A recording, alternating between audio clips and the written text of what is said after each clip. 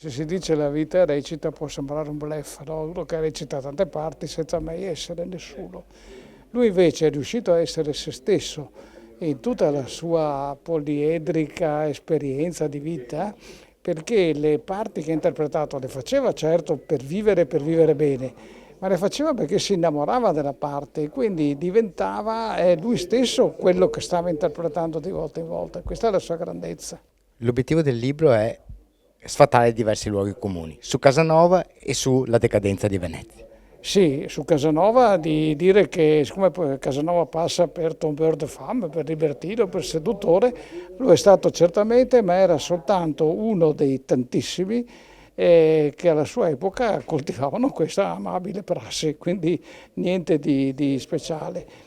Di Venezia perché è vero che il Settecento è il secolo della decadenza e della fine ingloriosa di Venezia, ma è altrettanto vero che in quel secolo Venezia esprime personalità nel campo culturale straordinario, dalla pittura alla musica all'architettura e al tempo stesso produce anche opere di ingegneria civile di altissimo profilo come i Murazzi di Pellestrina che hanno retto fino alla grande alluvione del 1966.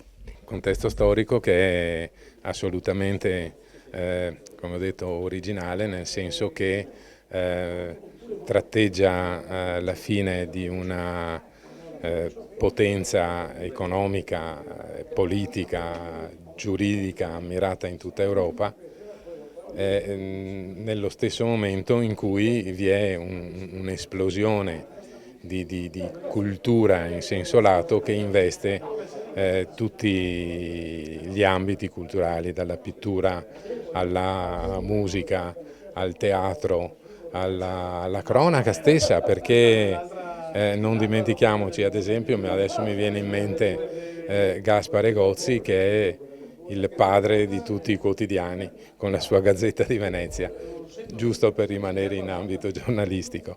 Per cui, ecco, pensare Giacomo Casanova al di fuori di questo ambiente è assolutamente impossibile.